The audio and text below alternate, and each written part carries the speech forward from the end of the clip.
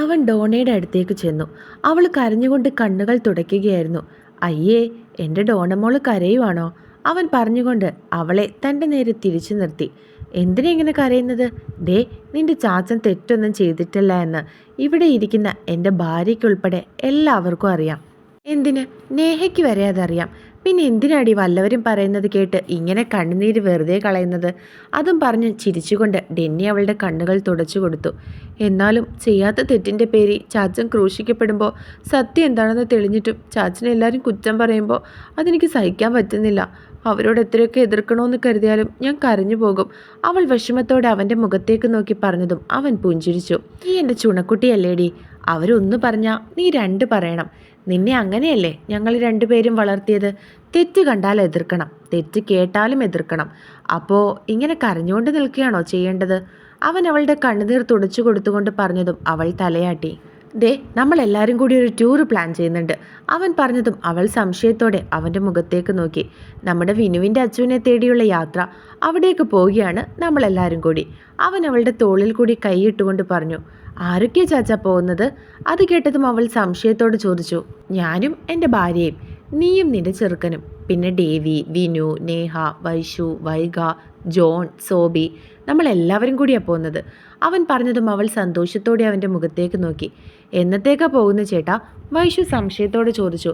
എന്നത്തേക്കാടാ നീ പ്ലാൻ ചെയ്തിരിക്കുന്നത്? അത് കേട്ട് ഡേവിയും വിനുവിൻ്റെ മുഖത്തേക്ക് നോക്കി. മറ്റന്നാൾ. അവൻ അവരെ എല്ലാവരെയും നോക്കി മറുപടി പറഞ്ഞു. അല്ല, ഈ അച്ചു എവിടെയാ ഉള്ളത്? വൈഗ സംശയത്തോടെ ചോദിച്ചു. വയനാട്ടിൽ. വിനു വീണ്ടും ചിരിയോടെ അവളോട് മറുപടി പറഞ്ഞു. വയനാട്ടിൽ എവിടെയാണെന്ന് ചാച്ചനറിയോ? അവൾ സംശയത്തോടെ വീണ്ടും ചോദിച്ചു. വയനാട്ടിലെ ഒരു ഗ്രാമപ്രദേശത്തിലാണെന്നറിയാം. ബാക്കിയൊക്കെ നമുക്ക് അവിടെ ചെന്നിട്ട് അന്വേഷിക്കാം. അവൻ പറഞ്ഞതും അവരെല്ലാവരും പുഞ്ചിരിച്ചു. അപ്പോൾ നമ്മൾ മറ്റന്നാൾ വയനാട്ടിലേക്ക് പോകുന്നു. അടിച്ചു പൊളിക്കുന്നു. പറ്റുവാണെങ്കിൽ ഇവൻ്റെ അച്ചുവിനെയും കൂട്ടി തിരിച്ചു വരുന്നു. ജോ ചിരിച്ചുകൊണ്ട് പറഞ്ഞതും എല്ലാവരും ചിരിച്ചു. എന്നാൽ ശ്രീയിൽ സംശയമായിരുന്നു. എന്താ ശ്രീ, നീ വല്ലാതെ ഇരിക്കുന്നത്? അവളുടെ മുഖത്ത് എന്തോ സംശയം നിലനിൽക്കുന്നത് കണ്ടതും വൈഗ അവളോട് ചോദിച്ചു. നേഹ, അവൾ വരുമോ? ശ്രീ എല്ലാവരെയും നോക്കി ചോദിച്ചപ്പോഴാണ് എല്ലാവരും ആ സംശയം ഉണ്ടായത്. വരും, അവൾ വരും. ദേവി അവരെ എല്ലാവരെയും നോക്കി മറുപടി പറഞ്ഞു. അത് കേട്ട് ശ്രീ സംശയത്തോടെ ഡെന്നിയുടെ മുഖത്തേക്ക് നോക്കി. അവൻ ശ്രീയെ നോക്കി കണ്ണ് ചിമ്മി കാണിച്ചു. അന്ന് രാത്രിയിൽ ഇച്ചായ, അവൾ വിളിച്ചതും അവൻ എന്താണെന്നുള്ള അർത്ഥത്തിൽ അവളുടെ മുഖത്തേക്ക് നോക്കി. നേഹ നമ്മുടെ ഒപ്പം വരുമെന്ന് എനിക്ക് തോന്നുന്നില്ല. പ്രത്യേകിച്ച് ഡേവി ചേട്ടനെല്ലാം തുറന്നു പറഞ്ഞ സ്ഥിതിക്ക് അവൾ ഇനി വരുമോ? അവൾ വരുന്നില്ലെന്ന് പറഞ്ഞാൽ നമ്മൾ മാത്രമായിട്ട് പോകുന്നത് അത് ശരിയാണോ? അവളുടെ ഉള്ളിൽ നേഹയോടുള്ള കരുതലും ആവലാതിയും നിറഞ്ഞു. ഭദ്രേ, നീ അതിനെപ്പറ്റി ഓർത്ത് തല പുകയ്ക്കണ്ട. അവൾ വരും. ഇല്ലെങ്കിൽ മമ്മിയെ കൊണ്ട് നമുക്ക് പറയിപ്പിക്കാം. അവൻ അവളെ നോക്കി ചിരിച്ചുകൊണ്ട് പറഞ്ഞു. ഇച്ചായ, നമുക്ക് മമ്മിയെ കൂടി കൊണ്ടുപോയാലോ? മമ്മി എന്തായാലും നമ്മുടെയൊക്കെ ഒരു വൈബാണ്. തന്നെയല്ല, ജസ്റ്റിൻ്റെ കാര്യം അങ്ങനെ നിൽക്കുന്ന സമയത്ത് മമ്മി ഇവിടെ ഒറ്റയ്ക്കാക്കിയിട്ട് പോകുന്നത് അത്ര ശരിയല്ല.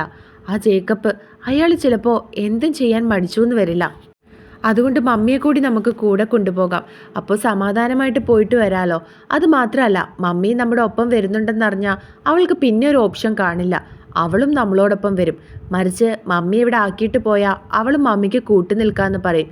ശ്രീ പറഞ്ഞതും അവനും അത് ശരിയാണെന്ന് തോന്നി. എങ്കിൽ മമ്മിയോട് പറയാം നമ്മുടെ ഒപ്പം വരാൻ. നീ ചിന്തിച്ചതുപോലെ അത്രയും ഡീപ്പായിട്ട് ഞാൻ ചിന്തിച്ചില്ല. എന്തായാലും നീ അങ്ങനെയൊക്കെ ചിന്തിച്ചത് കാര്യമായി. മമ്മി ഒറ്റയ്ക്കാക്കിയിട്ട് പോകണ്ട, അവനും പറഞ്ഞു. അത് കേട്ടവൾ പുഞ്ചിരിച്ചു. പിന്നെ ഭദ്രേ, അവൻ അവളെ നോക്കി പറഞ്ഞതും അവൾ എന്താണെന്നുള്ള അർത്ഥത്തിൽ അവൻ്റെ മുഖത്തേക്ക് നോക്കി. ഈ യാത്രയ്ക്ക് മറ്റൊരു പ്രത്യേകത കൂടിയുണ്ട്.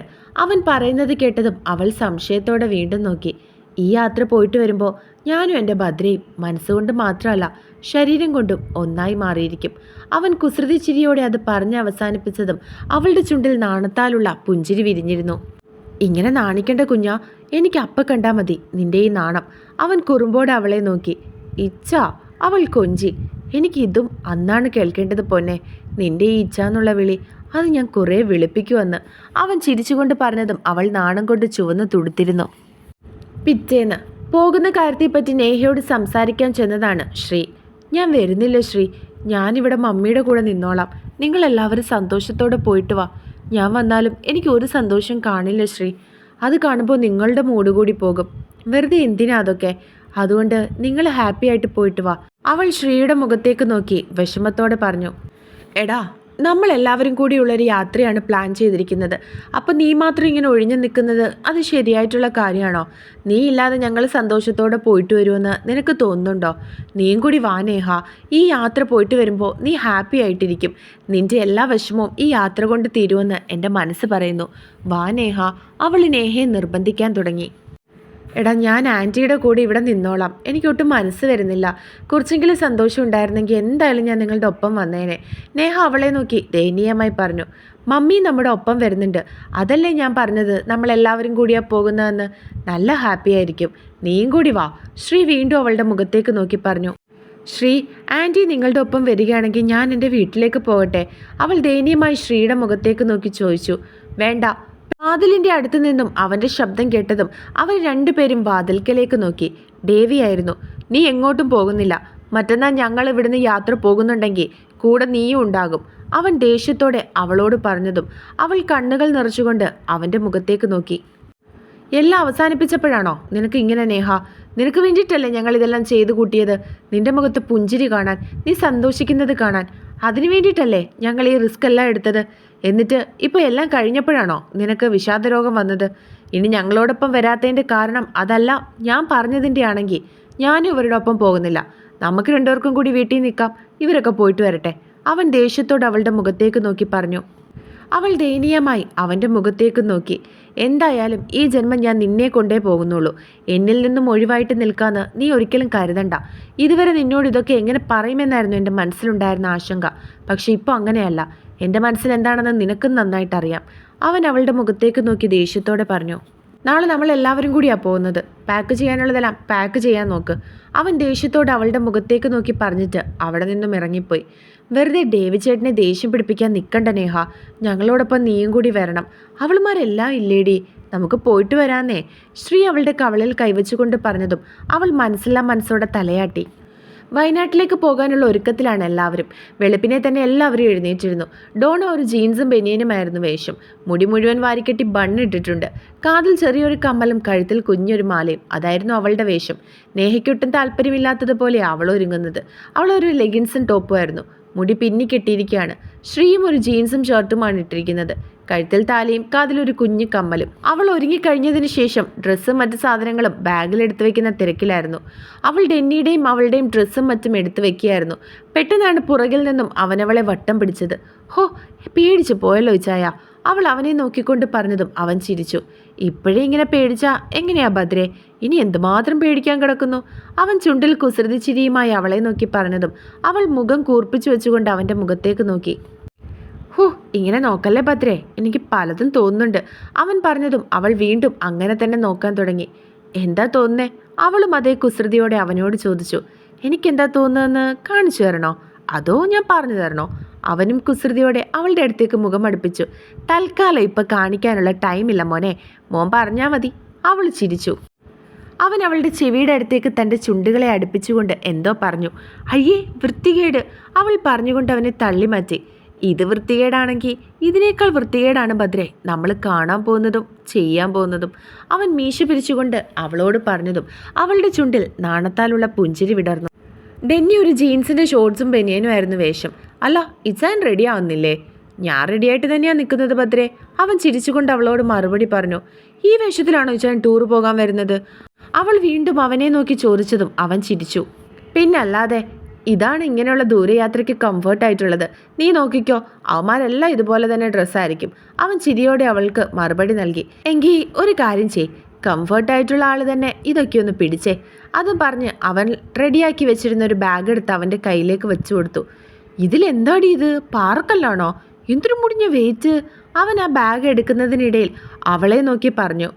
അതൊക്കെ എൻ്റെ ഡ്രസ്സാണ്. ഞങ്ങൾ പെൺപിള്ളേർക്ക് അങ്ങനെയൊക്കെയാ. നിങ്ങളെപ്പോലെ ഒരു ബനിയനും ഷോർട്സും വെച്ച് ഒരാഴ്ച നിൽക്കാനൊന്നും ഞങ്ങളെ കിട്ടില്ല. അവൾ തിരികെ ഇളിയിൽ കൈകുത്തി നിന്നുകൊണ്ട് അവനോടും പറഞ്ഞു. അതിന് ഇത്രയൊന്നും വേണ്ട ഭദ്രേ, ആകെ പുറത്തു പോകുമ്പോൾ മാത്രമാണ് നമ്മൾ ഡ്രസ്സ് ധരിക്കുന്നത്. അവൻ അവളുടെ മുഖത്തിനടുത്തേക്ക് മുഖമടുപ്പിച്ചുകൊണ്ട് കുസൃതി ചിരിയോടെ പറഞ്ഞു. അത് കേട്ടതും അവൾ സംശയത്തോടെ അവൻ്റെ മുഖത്തേക്ക് നോക്കി.